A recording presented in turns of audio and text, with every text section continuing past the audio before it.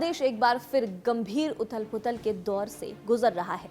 जिस देश की पहचान कभी धर्मनिरपेक्षता और लोकतंत्र के लिए की जाती थी, वहां आज हिंसा, कट्टरपंथ, राजनीतिक अस्थिरता की दिल दहला देने वाली तस्वीरें सामने आ रही हैं। ताजा हालात उस वक्त और बिगड़ गए जब जुलाई विद्रोह से जुड़े प्रमुख छात्र नेता और इनकलाब मंच के प्रवक्ता शरीफ उस्मान हादी की हत्या कर दी गई। हादी की मौत के बाद बांग्लादेश के कई शहरों में हिंसा भड़क उठी। सड़क पर दंगे, आगजनी, तोड़फोड़ और मीडिया संस्थानों पर हमले देखने को मिले।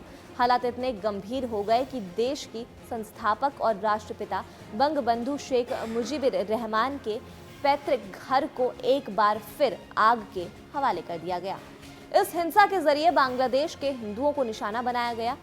भारत विरोधी माहौल भी तेजी से बनाया गया। चटगांव में भारतीय सहायक उच्चायोग के बाहर हिंसा हुई, जिसमें पुलिस कर्मियों समेत कई लोग घायल हो गए थे। हालात काबू में करने के लिए वहां सेना को तैनात करना पड़ा। ये साफ संकेत है कि बांग्लादेश में जो कुछ हो रहा है उसका असर क्षेत्रीय स्थिरता और भारत बांग्लादेश संबंध पर भी पड़ रहा है। अब सबसे बड़ा सवाल ये है कि आखिर इस हिंसा के पीछे कौन सी ताकतें हैं और क्यों भारत को निशाना बनाया जा रहा है। इसका जवाब पाने के लिए हमें बांग्लादेश की हालिया राजनीति, उसके इतिहास और वहां सक्रिय संगठनों को समझना होगा। सबसे पहले बात करते हैं इनकलाब मंच की। ये वही संगठन है जिसने अपदस्थ प्रधानमंत्री शेख हसीना और उनकी पार्टी अवामी लीग के खिलाफ आंदोलन में अहम भूमिका निभाई थी। जुलाई और अगस्त में छात्रों के नेतृत्व में हुए हिंसक प्रदर्शनों के बाद जब शेख हसीना की सरकार गिर गई, तब इनकलाब मंच एक कट्टरपंथी दबाव समूह के रूप में उभरा। शरीफ उस्मान हादी इस संगठन का एक बड़ा चेहरा थे।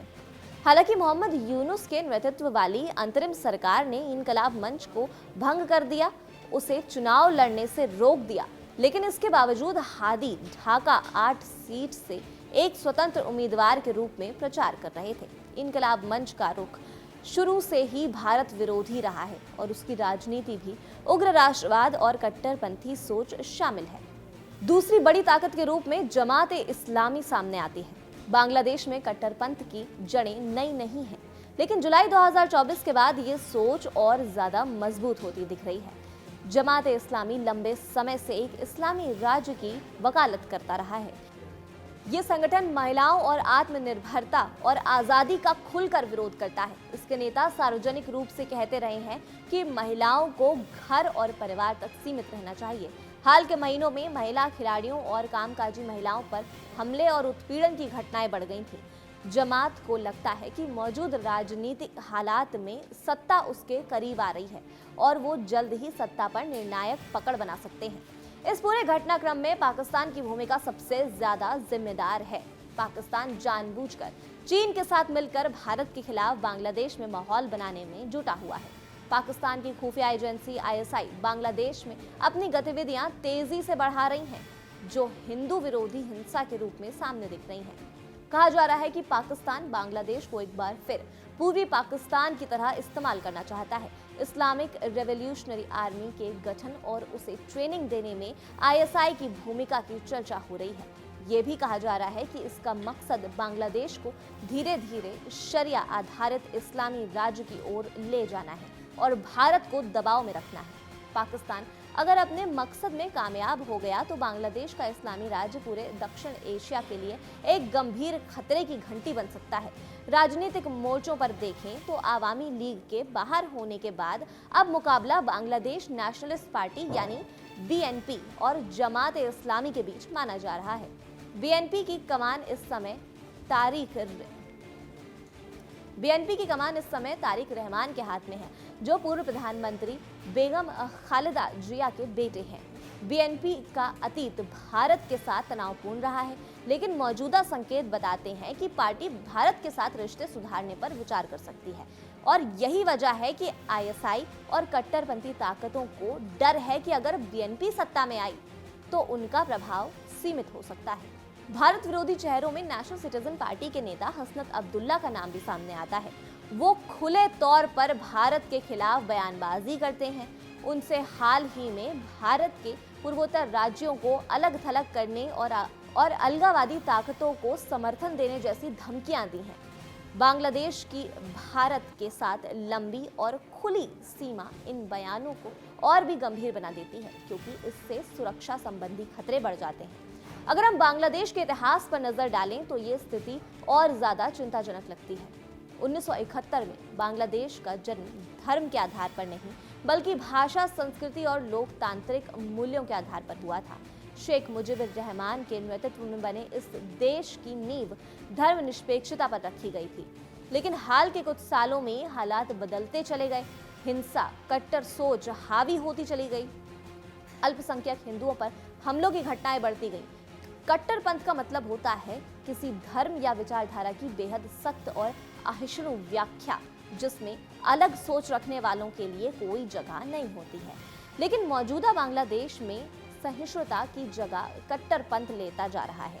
एक बार फिर बांग्लादेश पूर्वी पाकिस्तान बनने की राह पर दिखाई दे रहा है।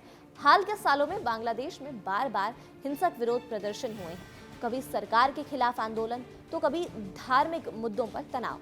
शरीफ उस्मान हादी की हत्या इसी अस्थिरता का ताजा उदाहरण है। ढाका में चुनाव प्रचार के दौरान उसे गोली मार दी गई। इलाज के लिए सिंगापुर ले जाया गया, जहां उसकी मौत हो गई।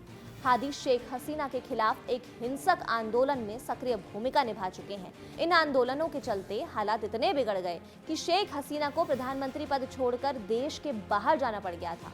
हिंसा के पीछे राजनीतिक ध्रुवीकरण भी एक बड़ा कारण है।